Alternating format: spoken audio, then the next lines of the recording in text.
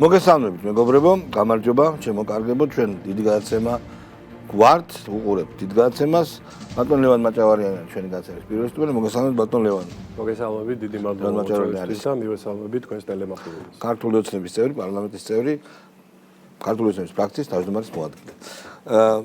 დავიწყოთ საუბარი იმ ავბედითი მდგომარეობით და უკვე მეც კი მეზარება ამაზე საუბარი, მაგრამ უნდა შევახსენოთ ხალხს არარსებულ პირებზე გესაუბრებით ქართულ ოპოზიციაზე. არარსებული ოპოზიცია ალიანსი მოიფიქრეს, რომელიც განთქმულად დაშალა ისევ ჩერგოლიიშვილმა, თუ რამე გაქვს დასანგრევი მეგობრებო, სახლი, სარაია, ნებისმიერი რამ მიმართოთ ჩერგოლიიშვილს, შეიძლება უფასოდაც კი დაგიშალოთ. აბა გავაკეთოთ კომენტარი ამ საცოდაობაზე, რაც ხდება. ანუ ჩვენ ვიხილეთ უკვე მე რამდენჯერ რაღაცა ალიანსი იშლებიან, შემდეგ იკრიბებიან და პირდაპირ თქვენს არც დაუმალავთ ბატონ სააკაშვილს და ბატონ გვარამიას, რომ გარე მითითების საფუძველზე შეიქმნა 2 თვის წინ დაახლოებით კიდევ მორიგი ალიანსი, იქ ვინც წევრები არიან, რა თქმა უნდა, ისინი არიან ყველა დროის ნაციონალური მოძრაობა, პირდაპირ მნიშვნელობით. და ძალიან გავს ეს მე ბევრჯერ გამომიყენებია ეს ფრაზა, ბავშვობაში რომ შტაბობანას თამაშობდით ხოლმე რაღაცებს რომ ვიგონებდით და ზუსტად ანალოგიურთან გვაქვს საქმე, ანუ ადამიანები ვისაც ერთმანეთი ეზიზღებათ, როდესაც დაშლილები არიან, ლანძღავენ ერთმანეთს, შემდეგ რაღაცა ფასადურად დაავალებენ და ფასადურად უნდა შეიკრიბონ, იქ ერთმანეთს ამხნევებენ, საკუთარ თავს ამხნევებენ, ერთმანეთს ატყუებენ, საკუთარ თავსაც ატყუებენ, რომ თითქოს რაღაცა ახალი შეიქმნა, რაღაცა გეგმებს აწყობენ და ამ თამაშში არიან და ჩვენ ნახეთ, რომ ვერც ერთმა ამ ალიანსმა იყო ეს ფანჩატურის სახით თუ არაფანჩატურის სახით, რა თქმა უნდა, ვერ გაამართლა. ამ შემთხვევაში ისიც ნიშანდობლივია, რომ 2 თვეც ვერ მოითმინეს და ეს ერთმანეთის მიმართ რა ზიზღიც ამოძრავებთ, ეს ყველაფერი ხო, ვერ დამალეს და გარეთ გამოიტანეს. ამ შემთხვევაში ბატონ სააკაშვილს აუმხედრდნენ თავისივე გამოზრდილი მიშისტინაცები და ნუ რა თქმა უნდა ეს სააკაშვილისთვის მიუღებელია და ჩვენ ხედავთ თუ როგორი დაპირისპირება არის ახლა სააკაშვილსა და დანარჩენ წევრებს შორის. ახლა რა არის ამ ყველაფრის შინაარსი, ხო?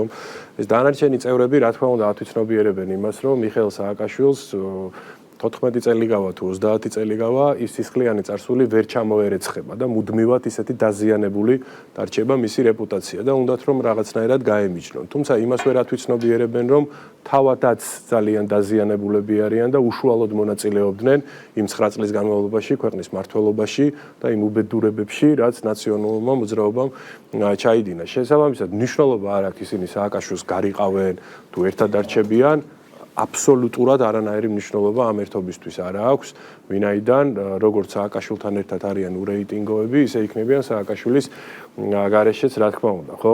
და მათ გარკვეულწილად რამდენიმე წლის წინ მომხრეები ყავდათ, ხო, საქართველოში. თუმცა რაც უფრო წლები გადის, ის მომხრეებიც ვერწმუნდებიან იმაში, რომ ეს ძალები თავიდან ბოლომდე გარედან იმართებიან და ასრულებენ გარე დავალებებს ერთის მხრივ. მეორე მხრივ ამ 14 წლის განმავლობაში ქართველებმა დაინახეს თუ რამდენი მავნებლური საქმე გააკეთეს ამ აქტორებმა თავიანთი ქვეყნისთვის და მუდმივ რეჟიმში საბოტაჟირებით არიან დაკავებული. შესაბამისად, რამდენიმე წლის წინ თუ რაღაცა რეიტინგი ჰქონდათ, ეხლა სავარაუდოდ ის რეიტინგის განახევრებული აქვს, რა თქმა უნდა, და აბსოლუტურად არანაირი ნდობა არ აქვს საზოგადოების მხრიდან. ანუ ამით რისი თქვა მინდა, ხო, სააკაშვილს გარიყავენ თუ არ გარიყავენ, ხო, აბსოლუტურად არანაირი მნიშვნელობა არ აქვს, აანონსებენ ისევ შტაბობანას გაგრძელება, რომ თითქოს რაღაცა კარდაკარს იწყებენ, გიორგი ვაშაძემ დააანონსა, ხო? ესე იგი, გიორგი ვაშაძემ რა კარდაკარი უნდა ჩაატაროს, არაკაცი, რომელსაც აქვს გაკეთებული განცხადება ბავშვების მიმართ, რომ თქვენ მშობლებს გამარჯვებაც არ უთხრათო, თუ ისინი ქართული ოცნების მომხრეები არიან, ხო? კარგად გასვათ ეს ანუ ამაზე არაკაცური და ამაზე არაკაცური და ამაზე ამორალური რა შეიძლება ბავშვებს მოუწოდო, ხო? რომ მშობლებთან ურთიერთობა გაწყვიტონ თუ მშობლები არიან ქართული ოცნების ხარდაჭერები. შესაბამისად, ვისთან უნდა ჩაატაროს მან კარდაკარი, ხო? ისევ თავის პარტიულ აქტივს თუ დაუგაკუნებს კარებს, ხო? დანარჩენი გამორიცხული არის. ან იგივე ნიკა გვარამია, ხო? რეგიონებში რო ვერ გადის და ყველამ კარგად ვიცით რატომაც ვერ გადის. ისეთი რაღაცეები აქვს, ალაპარაკები ჩვენს მეფეებზე, ჩვენს წინაპრებზე, ღვინოზე, ნუ ვერ გავიმეორებ ხა პირდაპირ ეთერში, ხო? ვისთან უნდა ჩაატაროს მან კარდაკარი. შესაბამისად, რა თქმა უნდა, ეს ყველაფერი არის უაზრობა უბრალოდ რაღაცა დღის წესრიგი რო შეექმნათ და თავიანთი მედია საშუალებებისთვის რაღაცა სალაპარაკო რომ ეცა თითქოს აი რაღაცა ისევ მორიგი გაერთიანება მოხდა აბსოლუტურად არანაირი რეზულტატი არ ექნება და ვერანაირ წარმატებას ისინი ვერ მიაღწევენ. აქ მეორეც არის გეთახმები არაქართული ხელმძღვანელობაა და თავიდან ბოლომდე აგენტები არიან ის მინიმალური თავისუფლებაც არ აქვს რაც აგენტს უნდა ჰქონდეს იმიტომ რომ ან მაშინ შეურაცხადები გახლავარ იმიტომ რომ გაელაშქრო ახლა ისეთი ეროვნული ღირებულების წინააღმდეგ რაც ნებისმიერ ქართულს მიუხედავად სხვა შორის პარტიული კუთვნილებისა იმიტომ რომ გვარამიას ის ღვინოზე საშინელი სიტყვები და შეურაცხყოფები დარწმუნებული ვარ არც ნაცების გარკვეულ ნაწილს მოეწონებოდა. ეთახმები. არ მოეწონებოდა ეს, ეგრე არ არის რა. ყველა ადამიანს აქვს თავისი პირადი ცხოვრება, მეგობრების სუფრაზე ყველა ქართველი ჯდება, რაც არ უნდა ცუდი იყოს ან კარგი. ჩვენ ვივართ რომ განსაჯოთ ადამიანს ავკარგენო, მაგრამ ბიჯვარსაც იწერენ და ეკლესიაში დაგეწევენ. ეხლა ეს რომ გამოდის ეხლა ვითომ მათი ლიდერი და პროპაგანდისტი მთავარი და ღვინოშიო ესო ეს არავის არ მოეწონა. მაინც იგივე ხას ატარებენ. ანუ ყველაფერს აკეთებენ იმისთვის, რომ ხალხს არ აყვეს, არ გაყვეს, ეზიზღებოდეს. ხო ნახეს თვითონ, ხო დატესტეს საშინელებების თქმით, არაქართული ღირებულებების თაყვანისცემის გზით. ვერაფერი რო ვერ მიდეს. აი რატო აგრძელებენ იგივე ხრამში, ერთ და იგივე ხრამში რატო ვარდებიან? შალო, ეს კიდევ ერთი დასტურია, რამდენად დამოკიდებულები არიან ისინი თავიანთ გარე პატრონებზე და როგორც ჩანს, მათ ვერ დაარწმუნეს თავიანთი გარე პატრონები იმაში, რომ საქართველოში სტანდარტული გაიდლაინით მუშაობა და მოქმედება არ შეიძლება, ეს არავის არ გამოუვა, იმიტომ რომ მართლა განსხვავებულები ვართ და შეიძლება ეხლა რაღაცა სუბიექტურად გამომდიოდეს, მაგრამ კი ბატონო, რა თქმა უნდა, სუბიექტურიც ვარ და მიკერძოებულიც ვარ ქართველობაში, ხო? სხვანაირები ვართ ქართველები და მაქედან გამომდინარე, ხო? რა თქმა უნდა, სხვანაირები ვართ ქართველები და იმ გაიდლაინმა, რომელმაც სამწუხაროდ იმუშაო, მაგალითად უკრაინის შემთხვევაშიც, ხო? ესეთი გაიდლაინი საქართველოში ვერ იმუშაოს და ეს გარე პატრონები მაგაში ვერ დარწმუნდნენ. იგივე შეგვიძლია ჩვენ გავიხსენოთ, რომ მაშინ კი ამბობდა სააკაშვილი პირდაპირ რომ ახალი ჯიშის ქართველები უნდა გამოვიყვანოთ შედარებით უტრირებულად ვამბობ, მაგრამ ნუ ამას გულისხმობ რა, რასაც იგი ამბობდა, ხო?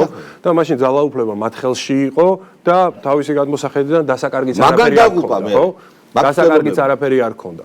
მაგრამ ამ შემთხვევაში, როდესაც ისინი ოპოზიციაში გადავიდნენ, ხომ, ზუსტად იგივე რიტორიკას აგრძელებენ. იგივე შეტევა ეკლესიაზე, ხო?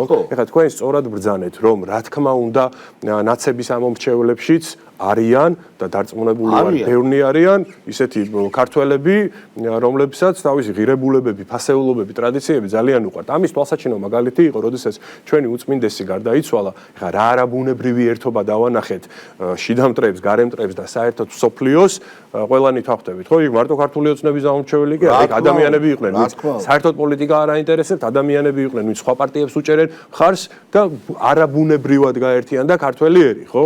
მინიმუმ ეს მაინც რა უნდა ყოფილიყო სიგნალი გარე პატრონებისთვის, რომლებიც ასხამდნენ ასობით მილიონ დოლარს იმაში, რომ ეს რადიკალური ოპოზიცია, კოლექტიური ნაციონალური მოძრაობა, მათთან აფილირებული მდიდარი NGO-ები, ბაბუცა პატარაია, ნინო ლომჯარია, ეკა გიგაური და მსგავსი დანი და ძმანი მათნი როგორ პროპაგანდას ეწეოდნენ, ხომ? უშუალოდ ამ შემთხვევაში გულისხმობ ეკლესიის მიმართულებით, ხომ? საპატრიარქოს ურტყავდნენ.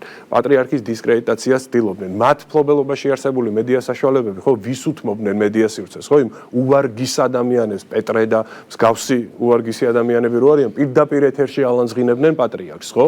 ხო, უნდა დაინახონ, რომ ის $100 მილიონი ჰაერს გაატარეს, ხო? არაფერი არ გამოუვიდათ, იმიტომ რომ ქართველების ხვანაერები ვართ. რაც ჩვენ გენეტიკაში არის კოდირებული, იმას 100 მილიონი ვერ შეცვლის და ვერც 200 მილიონი ვერ შეცვლის, რამდენი წელიც არ უნდა ჩაატარონ ერთი და იგივე პროპაგანდა, ხო?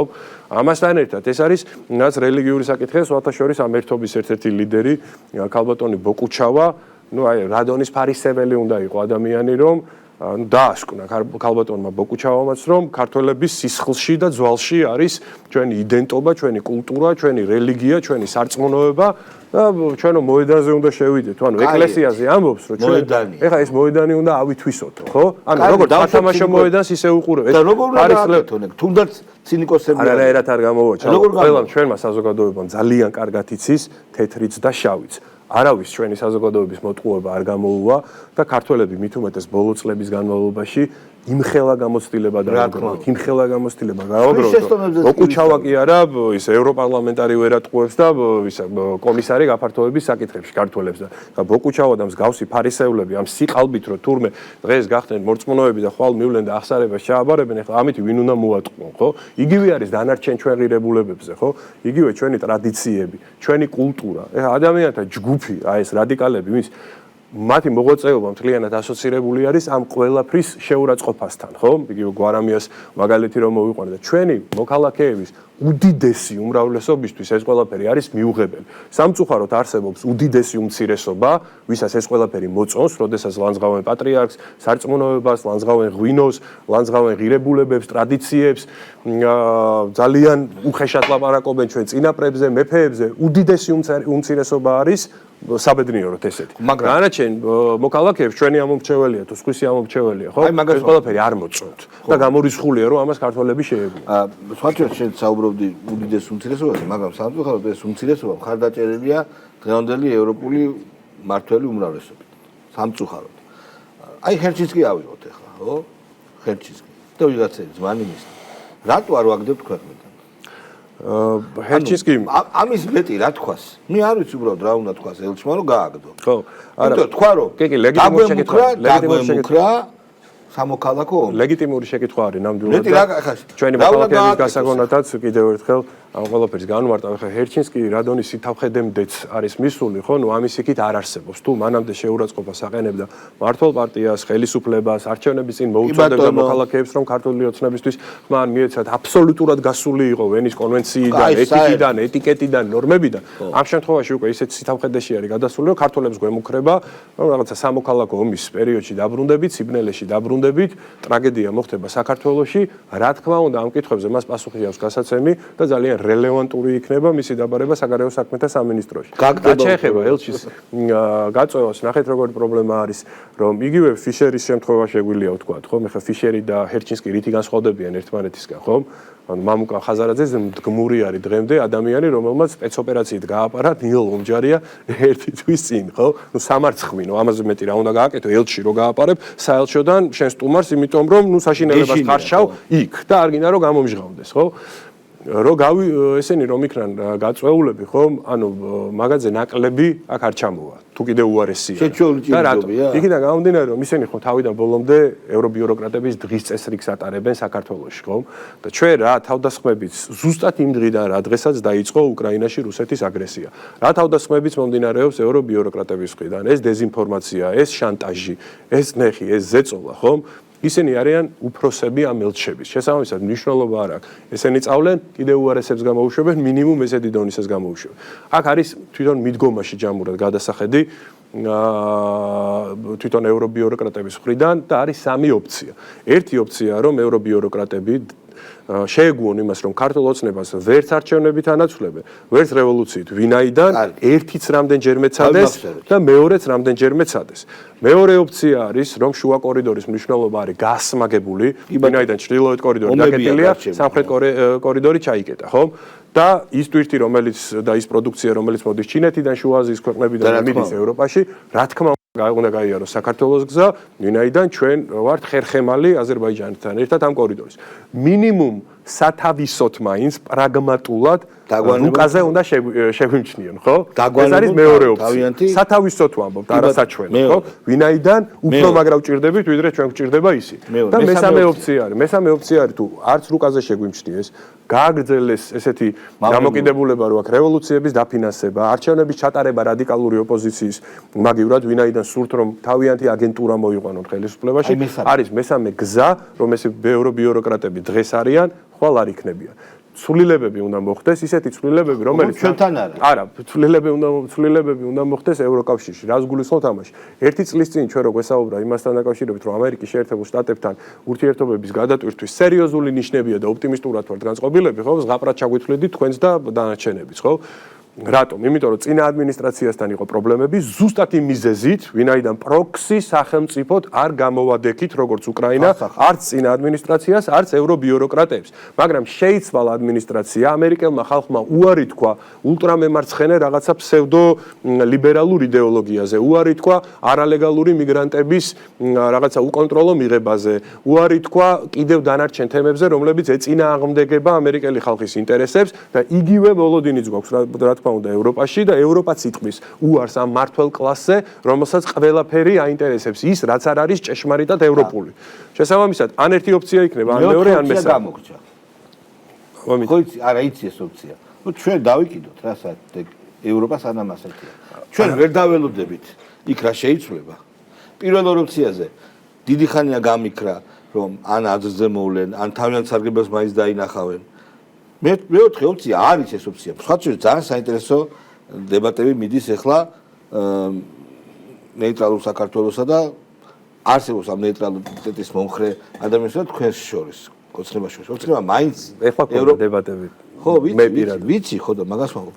და ევროპა უნდათ, ევროპაზე ფიქრობენ და ეს მესამე ოპციაც რომ დაველოდოთ ახლა სანამ იქ შეიძლება. მეოთხეს რატო არ იძახით? რა ცუდი მეოთხე ოპციაში, რომ გამოხდება ხანი არც დიდი ხანი ყველა ქართველი დარწმუნება რომ არ არის ამათ საშველი, იმიტომ რომ რა უქნეს იმას მადიარს, აგერ მაგარს გეტყვი შენ იცი კარგად, რა დაუყენეს პირობა, პირველივე დღეს, ჯერ კაცი თავმდებარე სკამში არ ჩამჯდა რა. სერიოზული ტესტი არის და ხო, სერიოზული ტესტი, ჯერ პირობა რომ დაუყენეს, რა გვინდა იმას? აი საზოგადოებისთვისაც გავმარტოთ, ანუ მადიარის წაუყენეს პირობა, რომ ანტი-LGBT პროპაგანდა კანონი უნგრეთში მიღებული, რომელიც იცავს არასრულწლოვანეს LGBT პროპაგანდისგან და იცავს ისეთი კონტენტის ნახვისგან, რომელიც შეიცავს LGBT საკითხებს, მოთხოვა ევროკავშირმა, რომ ჩვენი სრულფასოვანი წევრობა გასცეთ ევროკავშირში. გეტყვი. მადიარზე არ არის, მადიარი დათანხმდება, არ დათანხმდება, მაგას ვთქვა არა. ჩვენი ცივილიზაციური არჩევანი არის და ამაზე უკეთესი სივრცე არავის არ მოუგონია, რაღაცა მოგწონს, რაღაცა არ მოგწონს. ჩვენ ძალიან დიდი იმედი გვაქვს, რომ ცვლილებები მოხდება და ჩვენ ვალდებულები ვართ, რომ ეს დრო ისე არ გავაცდინოთ, შესაბამისად, ყველანაირად შევასრულოთ ასოცირების ხელშეკრულებით ნაკისრი ვალდებულებები პარალელურ რეჟიმში, მაგიტომ გვაქვს ჩვენ 2028 წელი აღებული, რომ მაგ დროს დავაყენეთ მოლაპარაკებების გახსნის საკითხის დღის რიგში და 2030 წელი არის ის თარიღი, რომელიც ევროკავშირის გაცხადებული პოზიცია, რომ მანამდე არ გაფართოვდებიან. შესაბამისად, მანამდე 4 წელია და შევხედოთ როგორ განვითარდება მოვლენები. დარწმუნებული ვარ 20 წლის განმავლობაში, მე სკეპტიკურად ვარ განწყობილი. ეს არის ტრადიჩობილი ორგანიზაცია, რომელიც მიექანება იმისგან, სკულისკენ. აი ეს ბოლო მართლა, ეს ბოლო ნიშანი იყო, რომ მოსთხოვეს აი საიდან დაიწყეს, რითი დაიწყეს საერთოდ. თქვენ რითი დაიწყეს? რა არის მათი იდენტობის ფუნდამენტი? რა არის? LGBT პროპაგანდის არსებობა. ხო ესია, მოდი პირდაპირ უყურეთ. დღევანდელი მართველი კლასის დღის წესრიგი თავიდან ბოლომდე ეგ არის, ისევე როგორც ეს იყო ამერიკის შეერთებული შტატების წინა ადმინისტრაციის დღის წესრიგი. არის რა იქნება ახლა ამის რომ დაამთავროს თავის ვადას, ეგეც არ არის გარკვეული, მაგრამ ვილაპარაკოთ. სანამ ესენი არიან და მე მგონი ესენი იქნებიან, რაღაცა უქნეს ამ ევროპას, რაღაცა მოაჯადოვეს, ან არ ვიცი რა. მე უყურებ და ვერ ვცნობ ეს ხო იცი, მაინც არა ჩემს სიძოდრე. თითქოს თვალი გავს, პარიზი პარიზია, ლონდონი ლონდონია, ის რომია, მაგრამ მაინც არ არის ევროპა რა. არა, ეს რომ ის ევროკავშირი არ არის, რომელიც 20 წლის წინ იყო. საერთოდ ხო, საერთოდ. რა თქმა უნდა. ამიტომ არც იდეოლოგიურად, არც ეკონომიკურად, არც კიდე სხვა მიმართულებებით. ამიტომ მე ლევან მე მოგიწოდებ რომ ცოტა თხილად და შიშით შეხედო ჭალებში შიშით ნეიტრალიტეტის მომხრეს. მათ აქვთ არგუმენტები. და შეიძლება ხალხის ემოციაზე თქვენ რაციოზე მოქმედებთ ახლა უყურე თქვენ მოქმედებთ რაციოზე.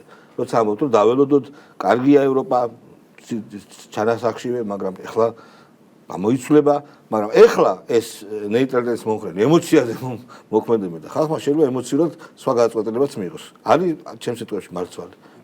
ხო, ნუ შევხედეთ. სხვათა შორის, აი როგორც იქნა, მოვისმინე სიგიჟეების და ძაღლების დაწვით, ცოცხალი ძაღლების დაწვითო დებატები რა. რომელსაც ორივე მხარეს უსმენ არგუმენტებს და მე შენ თვითონ წვეს სადგიდა. აი ეს გვაკლია ძალიან.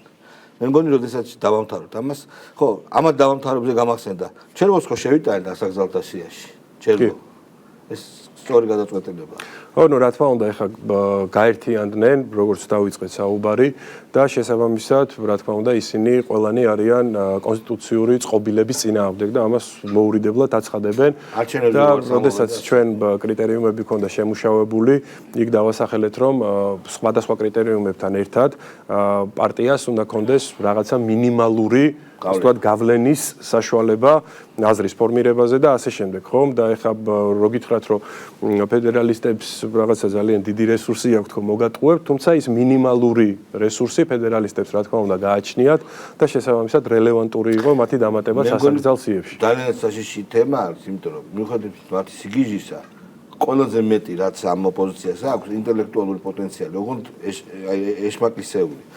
აი დემაგოგიური მე ვიტყოდი, ხო, მათ იეზუიტური მათ აქვს. ანუ ისინი თავარს ებრძვიან და არიან ამ ინტელექტუალურ ავანგარდში ამათი, თორე ზოგმა საერთოდ წერა კითხვა არის იქით რომ გადავხედოთ.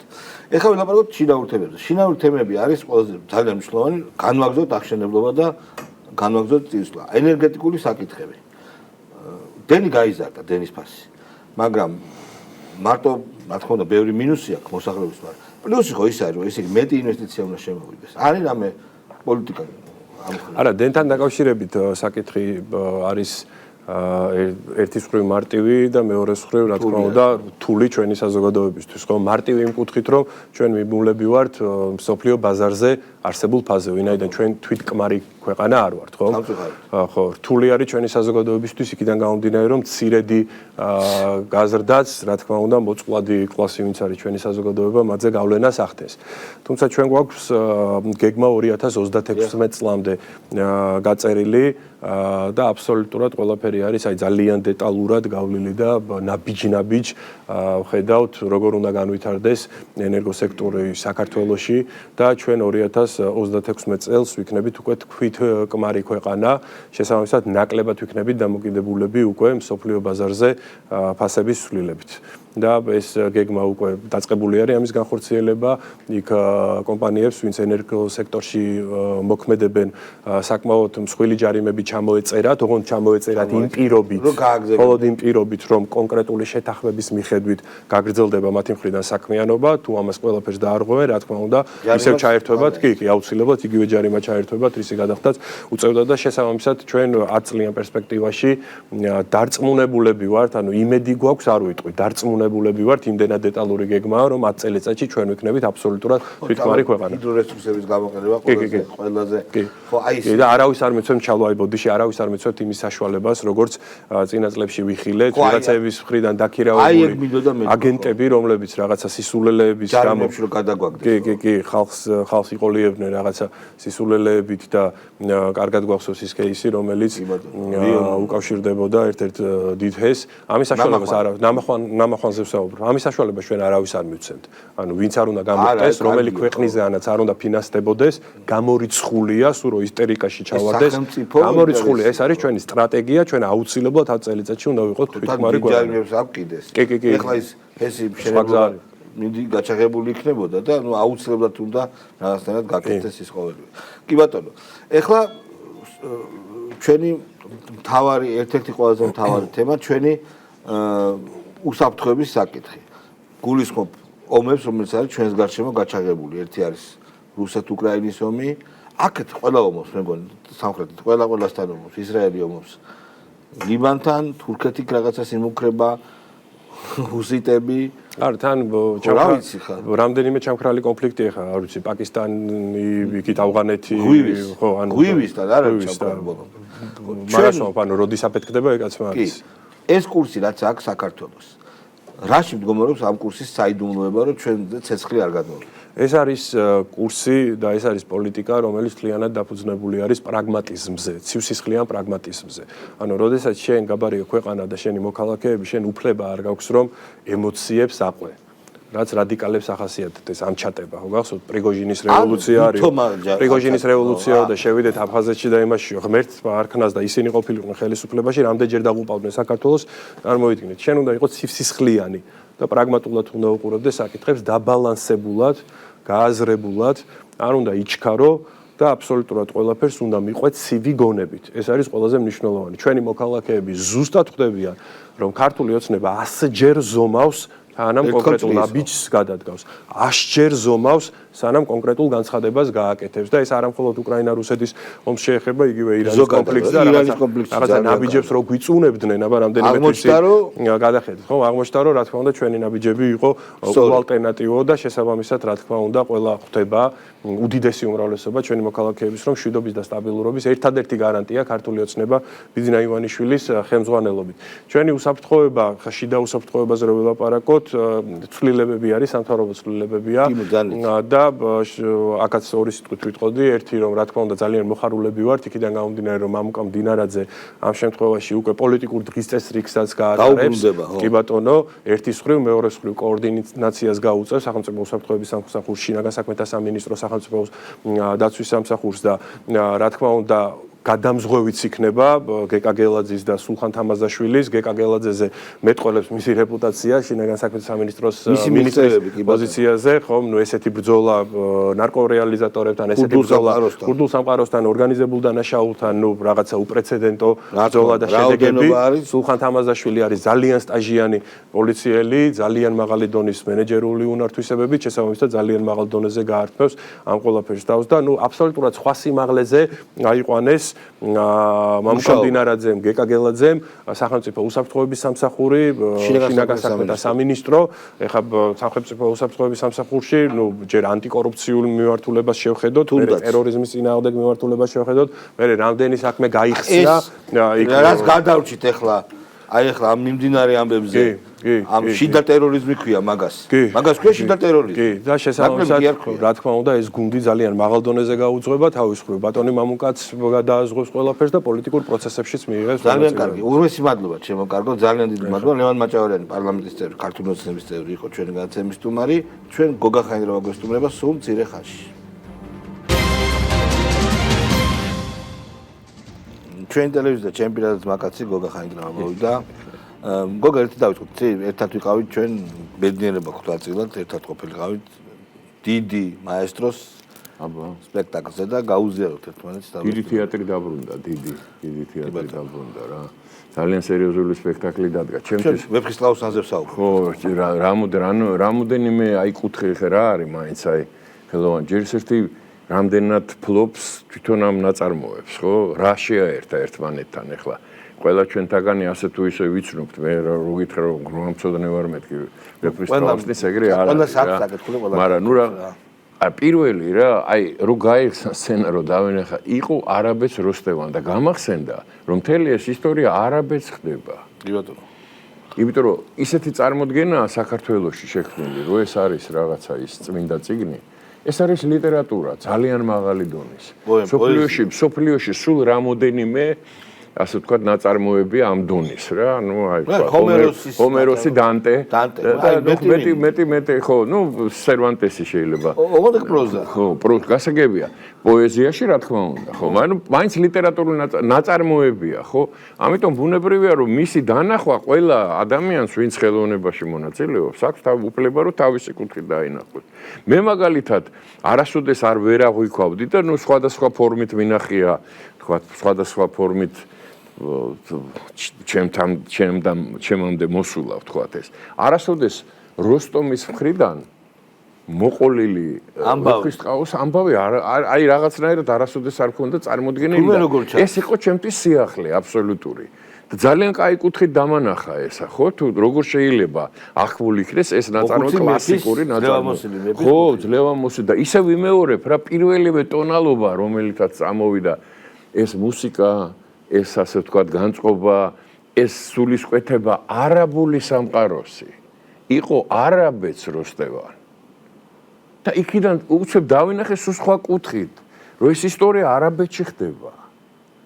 ხო? ბუნებრივია რომ იქ რაღაცა არის ერთმანეთთან და ბოლო რითიც თავდება თქვა ვეფხისტყაოსანი, სადაც პირდაპირ ყველაფერს თქვა შიფრავს, ხო, მაგრამ ეს მაინც ნაწარმოებია და ნაწარმოების ეს ნაწილი ამ კუთხით მე არასოდეს გათვითცნობიერებული არ მქონდა და მეორე ვიჯექი და უყურებდი და ჩემ თვალწინ იყო კინო. კი, სხვა შორის ისეთი აურა იყო სცენური მონტაჟი იყო. განათება, სცენა, სიღრმე, ეს კომპოზიცია როგორ იყო დალაგებული, ყველაფერი, აწყობი, რა თქმა უნდა, თეატრი თავისთავად ძალიან სპეციფიკური ხელოვნებაა, ძალიან სპეციფიკური ადგილია. საერთოდ თეატრი თავის დროზე იმიტომ ჩამოყალიბდა, რომ ის რისი თქმა სხვაგან არ იყო შესაძლებელი, თქმულიყო სცენაზე. და ამიტომ თავისუფლება თეატრალურ სცენაზე არის ძალიან მაღალი ხარისხის. და რაც მთავარია რა, დასაწყისი. ეს არის შოთა რუსთაველის სახელობის თეატრი. პირველი განცხადება, რასაც აკეთებენ მსახიობები, აი იქ ხედან, მაგას გეუბნებიან, რომ ეს არის შოთა რუსთაველის სახელობის თეატრი. აქედან გამომდინარე, მიიღეთ, ეხლა ვიღაცა შეიძლება მოეწონა, ვიღაცა შეიძლება არ მოეწონა. ეს ნებისმიერი ნაწარმოების ხვედრია. ესეთი რა არ არსებობს სოფლიოში არაფერი, რომელიც ყველას მოწონს. ვიღაცას რაღაცას მოწონს, ვიღაცას არ მათი ნება, მაგრამ ხომ უნდა ნახო, როგორც მინიმუმ იმისთვის, რომ იმსჯელო რაღაცაზე, ხო? მე ეხლა ესთეტიკა და გემოვნება, ну ეხლა თუ ვინმეს დაეწონება, რობერტ სტურვას ნამდვილად არ დაეწონება. კი ბატონო.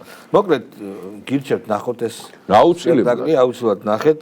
სკეპტიკოსებმაც თქვენ რო არ გინახავდა პასტერნაკა იანიშთა დოქტორ ჟიოგო იანიშთა ნუ ასურის დავიტიბე ხო არის ცნობილი ის არის ეგ იმაზე იყო ცნობილი დოქტორ ჟიოგო ყრილობაზე იყო მწერალთა ყრილობა აქ როგორი რამე იცი ყველა სპექტაკლი იყო ანშლაგით და ყველა სპექტაკლი დამთავრდა ფერზე ხო ოვაციიდან ნუ ეხა იქ ვიღაცას რაღაცა ფოტო დადო იმისთვის რომ საბაბი ქონოდა ეგ მაგათი კონტექსტიდან ამოგვიძინე. ხო, არც მაინტერესებს ახლა რაც უნდა ისილაპარაკონ კაცო. კაი, ეხლა გადავიდეთ ნაკლებად სასიამოვნო რაღაცებზე, საერთოდ არასასიამოვნო რაღაცებზე, ხერჩინსკიზე.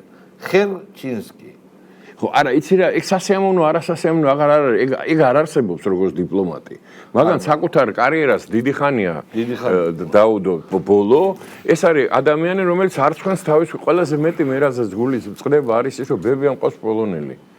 და ჩემთვის პოლონელი ხალხი, პოლონური ვთქვათ, ისტორია, სახელმწიფო ერი პოლონელი გაიგეთ, ეხლა არ დავიწყებ გახსენებას იმ ადამიანების, რომლებიც წარმოადგენენ ამ ერთს და უცებ ეს სიბეცე რა, ეს უთავმოყარეობა. ბოროტებაც არის ეგრე. ხო, არა, ბუნებრივია და რისი ბოროტების თავიც არა აქვს, მაგას ბოროტების თავის არა.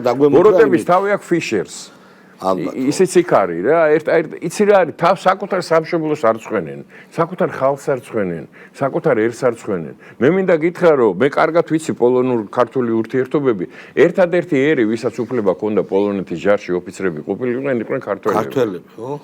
და პირველი ის რო არის კათოლიკური εκκλესია, პოლონელების ეკლესია. შალიკაშვილის ისა რა ქვია, მამა. აბა პოლონეთიდან წავიდა ამერიკაში. არა, ბევრი ძალე ხო გეუბნები თავის დროზე, ესე იგი, ქართველი სამხედროები მიდიოდნენ, იმიტომ რომ იქ ასპარეზი იყო, ხო, შენ დაპყრობილი ქვეყანა იყავი, ნაწილი იმპერიის და ისინი იბრძოდნენ ბოლომდე. ხო. ეს ის ცნობილი ისტორია ჩვენ რო გვასწავლიდნენ იმაში, რა ქვია, რუსეთში რო ის ჯარი ტყეში რო წაიყვანა იმან, რა ქვია, ვიღაცა ტიპმა გლეხი რო იყო. სუსანი. ივან სუსანი. ეს პოლონელების ჯარი. პოლონელები შევიდნენ მოსკოვი აგებული. ხო, და ნუ არა საერთოდ და ეს არის ნუ სტეფან ბატორი და რავი, სიგიზმუნდ ვილიკალეპნი და რა ვიცი, ვინ არ ყავდათ პოლონეთში. და ლიტვებთან ერთად. ხო, ნუ პოლონურ-ლიტვური სამეფო იყო რა. მაგრამ ეს ამ ფონზე ეს სამარცხვინო კაცი, აბსოლუტურად სამარცხვინო. დიდი ისტორია, მან დემოკრატია ჯერ კიდევ როდის მეფეს ირჩევდნენ, კაცო, მე ეგენი. ანუ დინასტიები არ იყო პოლონეთში. სერბოსპოლიტა, ეგ მაგათი მოგონილია, ხო და მაგითო გეუბნები. თურქებს ებრძოდნენ და ვის არ ებრძოდნენ, ყველას ებრძოდნენ, კაცო. ვენა მაგათ გადაარჩინეს. მე მინდა გითხრა, რომ ევროპა გადაარჩინეს. მეორე მსოფლიო ომის დროს რა ხნეს იცი? ეგ ცნობილი ფაქტია რა. ეხლა ჩამორჩენილი იყვნენ ტექნიკურად, გერმანელებმა ვარშავაზე შეუსრულეს მაგრად. გერმანელებმა შეტევა მიიტანეს სამხედრო ტექნიკით, უკვე მძიმე ტექნიკით. და რა ხნეს იცი კავალერიამ წავიდა შეტევაზე და ყველა დაწყვა. ტანკებზე. ხო, ანუ აი კავალერია წავიდა ტანკებზე, იცოდნენ რომ დაიხოცებიან სულ ყველანი და დაიხოცეს სულ ყველანი. და ეს სამარცხვინო კაცი, ეს ბეცი ეს. დაუხრიდეს ოფიცრობა კატინში, დაუხრიდეს რამდენი ათასი არ ვიცი, ძალიან ბევრი. ხო, აბა 20,000. ხო, ოფიცრობა. 20,000 კაცი რუსებმა. და გერმანელებს დააბრალეს. და მე გერმანელებმა რო აიღეს ის ტერიტორია, მოიყვანეს, გამოიძახეს საერთაშორისო ჯგუფი და აჩვენეს იქ ეს ისენი. და მე ამის გულისთვის რუსებმა მოიგონეს ხატინი. სოფელი ხატინი, რომელიც დაწვეს გერმანელებმა და ეს გადაფარეს ხატინსკილეს და ძირევნე ხატინი და აი ამით შეეცადე, მაგრამ ეს მაინც ეგეთი რამები არ ემალება. 20,000 და ეხა ეს რა დაემალება? თან ეხა დღევანდელი პოზიციებიდან რომ ყველაზე მაგარი თანამედროვეობის რომის პაპი მაგათი იყო, ივან პავლე. არა, დღეს მაგარია.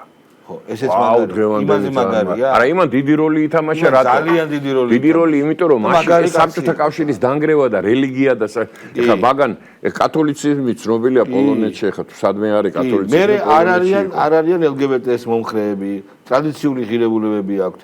და აი ეს რა უბედურება. ტუსკის ხელში ძალიან სერიოზულად შეიცვალა ყველაფერი, იმიტომ რომ ტუსკი იყო კაცი, რომელმაც პოლონეთის წინააღმდეგ გაილაშქრა ევროკავშირში, როცა იყო ევროკავშირის. ხო, ნუ აი რა არის. ხო, ნუ აი ეს ის არის რა, რაც არის აი ხერჩინსკი რა, ერთი და იგივე პაროდა არიან ეგენი. ამიტომ ეხა მე არ მგონია რომ მაგაზე ყურადღების გამახვილება ღირს. მაგან თავი მოიჭრა და დაისამარა თავი, როგორც იმან რა ქვია. დიპლომატი. დღეს თქვი უკვე და გავიმეორებ, მაგრამ იცი რა არის ეს გადამეტებული მაგაზე აგრესია. დღეს სტუმარია ის ჩვენი გინდა მართო სისხლისაო ვაჟამ დაგვიბარა და ეს ყოველთვის ესე იქნება ჩვენი მხრიდან უბრალოდ მე ვფიქრობ რომ თავმოყარეობა რა კონდეს ამ ქვეყანას დატოვებდა მაგრამ დიდი ხანია უნდა დაეტოვებინა მაგასაც და ფიშერ არა აქვს თავმოყარეობა საკუთარ ხალხს არცემენ საკუთარ ერს არცევენ პატივს როცა ესე არ წვენ შენ ერს რომელიღაცას ქვეყანაში სადაც სტუმრად ახარ ჩასული ხო ეს მეტყველებს შენზე და არა იმ ქვეყანაზე და ნუ ეხლა არც პირველი არც მე პაკისტანები გვინახია ეხლა რაც შეეხება მიმდინარე მოვლენებს ხო ჩვენ თვალნათლივ ხედავთ აი ამ დასავლეთის ძალიან უიღბლო სტრატეგიას თუ შეიძლება სტრატეგია იყოს ომით იჭმევა გამოჭამეს ომით დასავლეთი გლობალური სამხრეთის ქვეყნება ირანმა რაც გააკეთა მაგალითად ხო მართალია ამერიკამ და ისრაელმა დაიწყეს ომი, მაგრამ ომებით იჭმევა მათი ეკონომიკა. ძალიან არა, კრახი არის სრული. არა თუ იჭმევა სრული, ამ კორონლიბერალურმა მსოფლიომ კრახი განიცადა სრული. ეს ეხება ამერიკის შეერთებული შტატებსაც და ევროკავშირსაც. ეხლა იცი რა არის, ძალიან ხშირად ეხლა მე რაღაცა სიტყვიან პროპაგანდისტობას გვაბრალებენ მე განსაკუთრებით, რაც უნდა ვისექნიათ. მე არასოდეს როცა ამაზე ვლაპარაკობ, არასოდეს არ გულისხმობ ევროპელ ხალხს, ბუნებრივია. ეგ არის ევროპული ბიუროკრატია, ეს პოლიტიკური ეგრეთ წოდებული ელიტა, რომელმაც დღეს გადააგვარა იქაურობა. თვითონ ის იდეა, რომელზეც დაფუძნდა ევროკავშირი, ეს იყო თანამშრომლობის ეკონომიკური განვითარების და დღეს ეს იქცა საბჭოთა კავშირად. ხო, აი ბოლოს პოლიტბიურო, საბჭოთა პოლიტბიურო, რომელიც ჩვენს გვახსოვს რა, იმ დროს ცხოვრობდით. ხო, ეს პოლიტბიურო ამასთან შედარებით იქ და გონების ნაწილი იყო. დღეს მაგრად მეცინებოდა, რომ გაიგიჟეს თავი, რომ ეს ფორუმზე დელფოში ფორუმზე რო იყო მაკა ბოჭორიშვილი და იქ ვითომ შემთხვევით კორიდორში უნდა გენახა რა საზასავებოდა ეს როგორეცა ეს მარტაკოსი იმას ბოჭორიშვილი. ჩემი თვალით ვნახე. მივარდა, გადახვია, გადაკოცნა. ეს რაზე მეტყველებს სისუსტეზე. მიხვდნენ სადარიან. თუმცა ბოლომდე ვერ მიხვდნენ. მიხვდნენ როგორ ვერ მიხვდნენ. აბა რატო ვერ ტრიალდებიან? არა ეს ლალა ეს იქნება, იმიტომ რომ სხვა გზა არ აქვს, აბა რა უნდა გვარა. სინამდვილეში მიხვდნენ რა მნიშვნელობა. დღეს ჩვენ ვჭირდებით ბევრჯერ უფრო მეტად ევროკავშირს. მაგრამ მაშინ რატო გვეუბნებიან, რატო გამოსცემენ, რატო ქმნიან ამ კომისიებს, რაღაცა მოსკოვის მექანიზმებს. და რა ეს ჩავლია ეს გურშინდელი დღეა. შალო ეს გუშინწინდელი დღეს აღარავის აღარ აინტერესებს ეს წარმოიდგინეთ ჩამოყალიბებული იდიოტი იდიოტების მეტი რამ შემხედრია ცხოვრებაში მაგრამ ეს ჯო ვილსონიო რო ჩამოყალიბებული კრეტინი თონ იმბეცილი რა აი წმინდა წყლის რომელმაც განაცხადა რომ რუსეთი ის პუტინის რუსეთი ჩინეთის კომუნისტური პარტიის ფლობელობაში მყოფი ანაკლიის პორტიდან სამხედრო დანიშნულების ტვირთებს ირანის, ну, აი იდიოტი ჩამოყალიბებული, ხო? ესე მიდის შავი ზღვით მიდის. პორტი, თურმე ანაკლიის პორტი უკვე ყოფილა და იქიდან მაისა რუსეთი კასპიის ზღვით კი არ აწვდის. არა, ხო.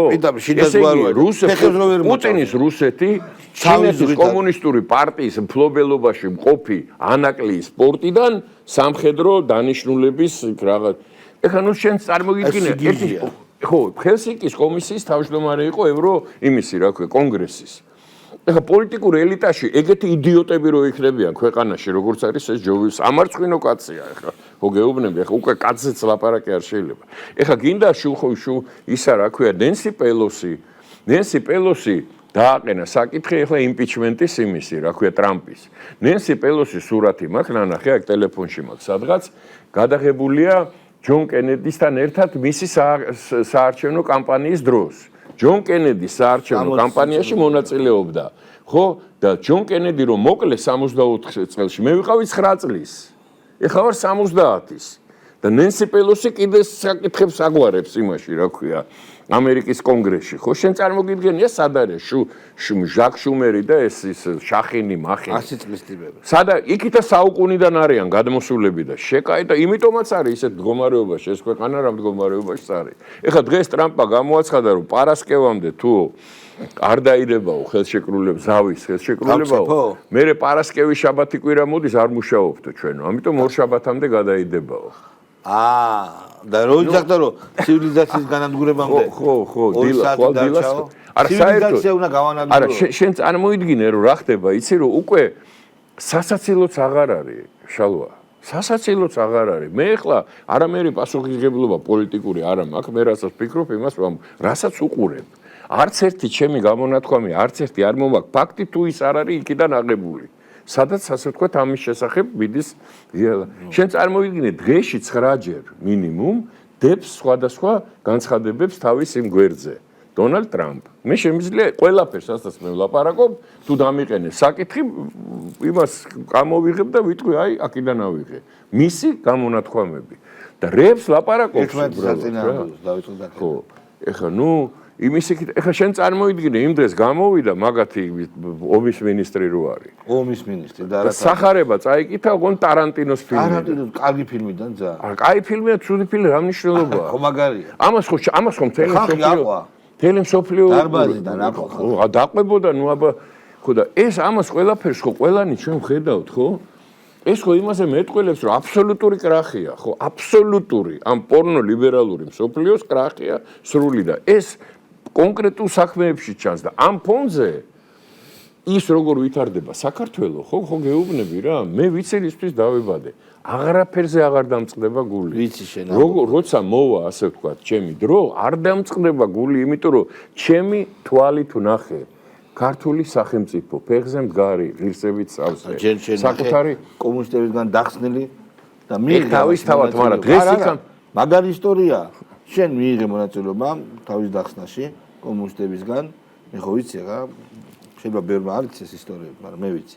შემდეგ იმუშავე ამ ახალ ქვეყანაში, სახელმწიფოში და შემდეგ მოესწარი იმას, რომ ეს სახელმწიფო ხო მართლაც იქცა ყველა მხრიდან დამოუკიდებელ სახელმწიფო. ღირსეულ, სუვერენულ, თავმოყვარე, საკუთარი სიტყვის მთქმელ, არაფრის არ შემშინებელ, არც ერთ ფორუმზე შენ შეხედე რა წერილი მიწე, როგორი ახალგაზრდები, როგორი აი აქ რო იჯდა ეხლა კაცი რა.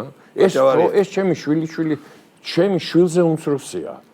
ეს უკვე მესამე თაობაა, წამოვიდა ადამიანები, რომელიც ან როგორ ლაპარაკობენ, ან როგორ ქვეყანა როგორ უყვართ, ან როგორ მზად არიან ყველა ფორუმზე, ყველა სოფლიოს ნებისმიერ წერტილში დაიცვან საკუთარი ქვეყანა. როგორი ღირსებით გამოდის. აი ახლა უკანასკნელ პერიოდში, 1-2 კვირაში რამდენი ფორუმი იყო, კობახიძე იყო, პაპუაშვილი იყო, მაკაბოჭორიშვილი, ეს დელეგაცია იყო ამერიკაში, დელეგაცია იყო მადრიდში. როგორ უჭირავთ თავი? და მე ხო ვიცი, მე ხო იქიდან შემომჭა ორჯერ სახელმწიფო მინისტრი ვიყავი, უამრავი, ჩემი რეალურად დიპლომატიური სამსახური უფრო იყო, კონფლიქტების მოგვარება, სუმოლაპარაკებები იყო, რამდენ ადამიანს ვიცნობ და დღემდე მაქვს შერჩენილი კაი ურთიერთობები. ის კი არა, ჩვენ მოწინააღმდეგეებთანაც მაქვს ურთიერთობები ნორმალური შერჩენილი, ხო?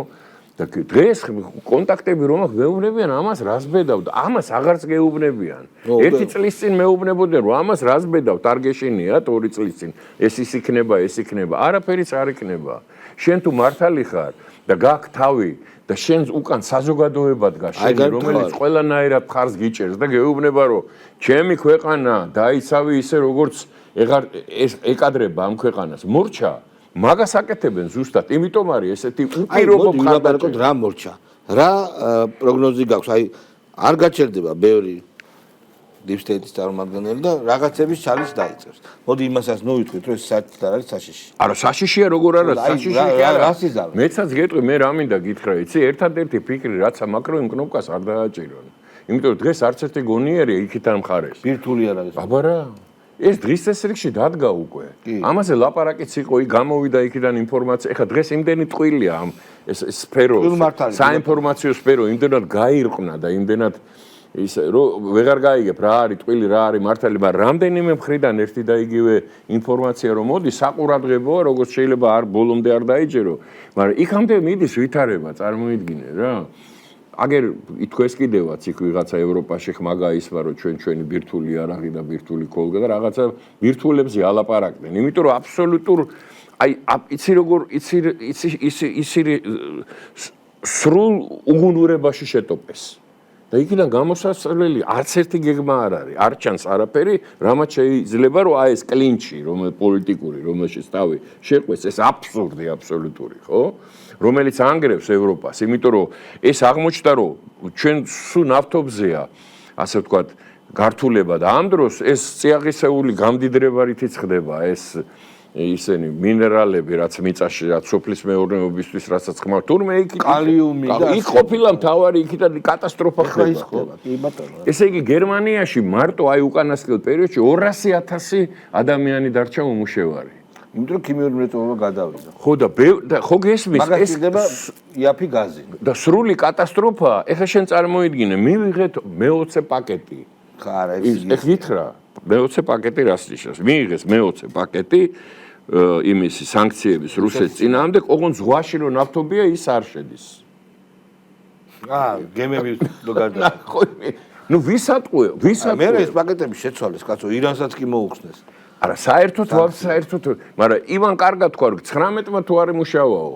მე-20 რატო იმუშავებს? მე-20 რა, ეხა 21 შეუდგა, კაია კალასი.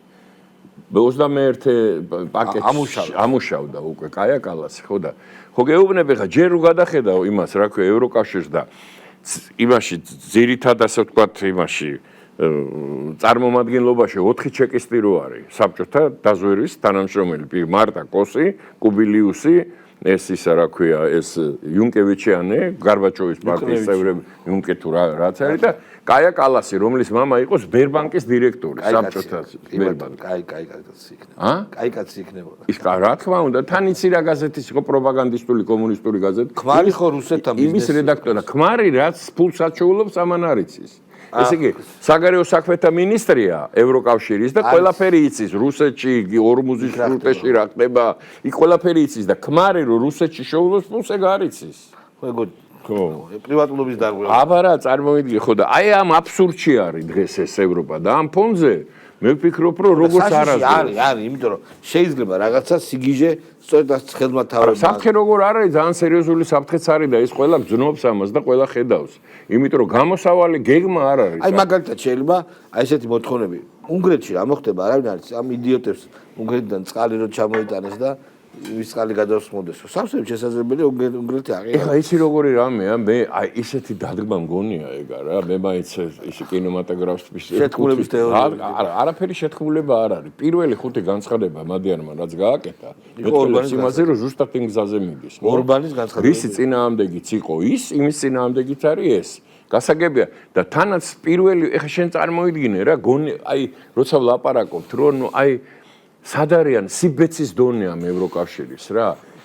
აი იმ დღეს გახდა მადიარი მოიგო არჩევნები, მეორე დღეს გამოცხადა ოფიციალურად, ჯერ 1 საათში აღიარა იმან რა ქვია ორბანმა და მიულოცა მადიარს 1 საათში. ხო, ეგ ძალიან მაგარი. 2,500,000 კაცმა მიცა ხმა.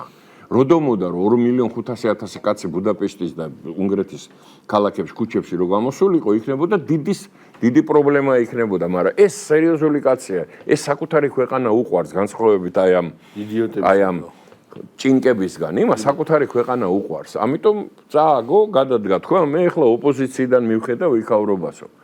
ეხლა შენ წარმოიდგინე, როგორი რამე მოყვა ამას, ხო? პირველივე განცხადება, რომელიც გააკეთა მადიანმა, იყო რომ რუსებთან დავიწყებ მოლაპარაკებას. პირველი. შემდეგ თქვა რომ ღირებულებები ასე არ შეიცვლება. საქართველოსდეს თქვა, საქართველოს ძალიან შეაქო და თქვა რომ ერთი სული მაქვს, როდის ხო და არა, არჩევერი კი ძალიან ხაზი გაუსვა, რომ ესე იგი, ყველაზე დამოუკიდებლობა და ეჭვეშ არ დგას საერთოდ უნგრეთისთვის.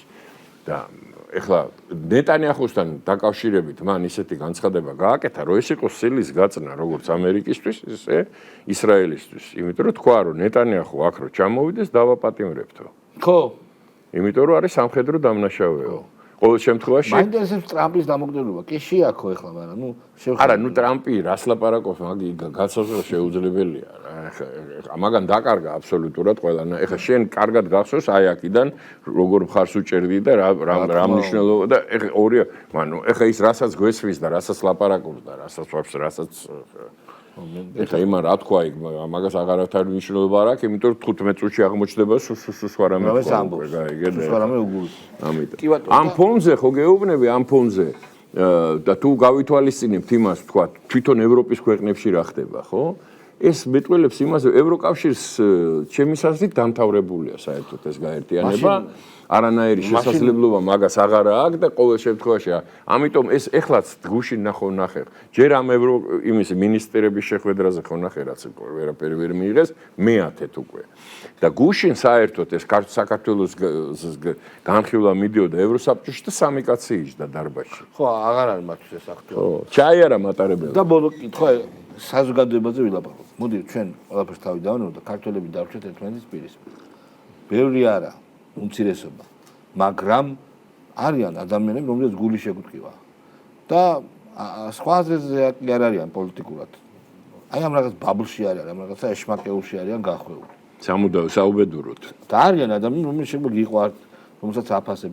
ზოგიერთი არის. ჩვენი ახლობლები, შვილები, ჩვენი ოჯახის წევრები, რა თქმა უნდა, გული შეგუტყივა. არ ვიცი ხა ჩვენ გართული პრობლემა. იცი როგორი იმდენი რამე იყო. აი თვალსაჩინო ამ წლების და თვეების განმავლობაში ყველაზე უკანასკნელი იყო ღმერთმა გაანათლოს მისი სილი უწმინდესის გასვენება და ის დღეები რა, როდესაც სამებაში ესვენა მისი ასე ვთქვათ ცხედარი.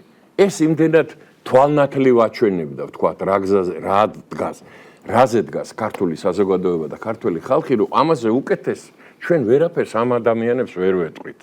ვერაფერს უკეთს ვერ შევთავაზებთ. ერთადერთი რაც შეგვიძლია უნდა უთხრათ თუ შეხედეთ სად არის საქართველოს. მოდით თქვენს, იმიტომ რომ ის ყველასია.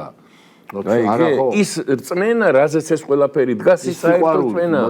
გაიგე და მოდი და ოღონდ მოდი და ჩვენი ოჯახის წევრი ხარ. ისე და ჩვენი ოჯახის წევრი ხარ, მაგრამ შენ თვითონ ეხლა კაცი რო გამოვა და სპორტსმენებს რო შეაგინებს და გალანძღავს და გათათხავს. ეს რა ბოღმა და იმის გვერდზე რა გინდა იმ ადამიანი, იმასთან ერთად გინდა და მეორეს ერთი მინდა კითხა 500 დღე. მე არაერთხელ ამას რა თქმა, ყველაზე საყვარელი არსება ჩემთვის დღეს არის ჩემი შვილიშვილი პატარა 6 წლის რა. იმაზე მეტი არაფერი არ მიყვარს. მე რო ვინმე მომისაჯოს რომ 500 დღე ყოველ დღე მაგასთან მივიდე, ამას ვერ გავაკეთებ. რეპიცები რა, აი 500 დღე შეიძლება ფილარმონიიდან პარლამენტამდე იარო ყოველ დღე, მაგრამ რისთვის დადიხარ? რა გინდა? და რას ღებულ რა ხდება? შედეგი რა? არა, ამიხსენი რა არის, ხო? ხო და მაგას ეს პათოლოგიაა და ნუ ეხა პათოლოგიას ჩვენ ვერ უკურნალებთ. ხო, შეიძლება კურნალო. გულს გაუხსნით? ხო. იცოდნენ სულ ყველამ, რომ როგორც კი მოვლენ იმ წუთში ისევე მივიღებთ როგორც ერთმანეთს, მაგრამ ნუ თვითონ უნდა მოვიდნენ ეხლა. ბატონო, უგრეს მადლობა გოგო. გაიხარე, მადლობა. გემშვიდობებით, კარგად გზანდება.